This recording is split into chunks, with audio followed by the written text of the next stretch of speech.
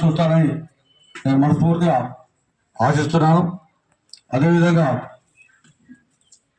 ఈ విషయం వచ్చినా కూడా కాంగ్రెస్ పార్టీ భారతదేశంలో సెక్యులర్ భావాలతోటి ముస్లింస్ అండగా నిలబడింది ఏకైక పార్టీ భారతదేశంలో కాంగ్రెస్ పార్టీ ఏమో గర్వంగా చెప్తాను.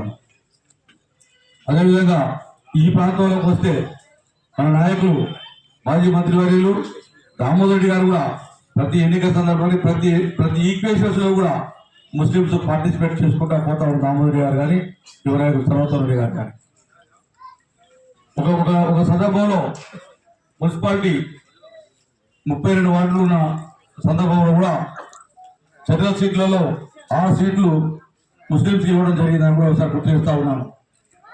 ఇక చెప్పుకోకపోతే చాలా ఉన్నాయి కార్యక్రమాలు చేసినాయి.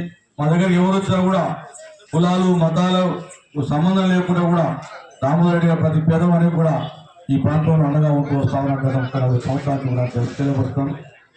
ఇంకోటి ముఖ్యమైన విషయం, పెద్దలు ముఫ్తీ గారు ఒక సూచన చేసినారు. ఒక సూచన అంటే అది ఒక అవసరం, ముస్లిం అవసరం అనేది విద్య గురించి చెప్పినారు పెద్దలు. విద్య లేదే ఏది లేదు, విద్య ఉంటేనే కొంత సమాజానికి మంచి అవుతుంది. విద్య లేకుంటే దేనికి పనికిరాకుండా పోతారు. దట్ మన అందులో పెద్దలు చెప్తున్నారు, ముస్లిం మహిళలకు పిల్లలకు స్కూల్ లేదని చిన్న ప్రాంగణంలో స్కూల్ నడుపుకుంటా ఉన్నారు ముఫ్తీ గారు.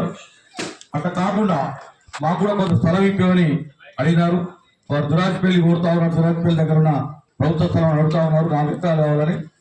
ఇది ఖచ్చితంగా ఎక్కడైనా సరే వారి కోరిక మన్నించి వారి కోరికను తీసుకొని దామోదర్ రెడ్డి గారితో ఇది నేను సంజయ్ గారితో చెప్పాను. ఇది ముందు లెటర్ పూర్వకంగా రాసి దామోదర్ రెడ్డి గారికి ఇస్తే దాన్ని మన మంత్రి ఉత్తమ్ కుమార్ గారితో, మన పార్లమెంట్ సభ్యులు రఘువీరారెడ్డి గారితో, మన ఇన్ఛార్జ్ మంత్రి తుమ్మల నాగేశ్వర గారితో మాట్లాడి వారిని ఒప్పించి ఈ స్థలం తప్పకుండా ఆ భగవంతుడి ఆశీస్సులు అల్లా ఆశీస్సుతోటి మరి రంజాన్ వరకన్నా మళ్ళీ రంజాన్ వరకన్నా ఆ స్థలాన్ని తప్పకుండా ఇప్పించే 100% ఇప్పిస్తారని కూడా తెలియపరుస్తూ మరొకసారి శుభాకాంక్షలు.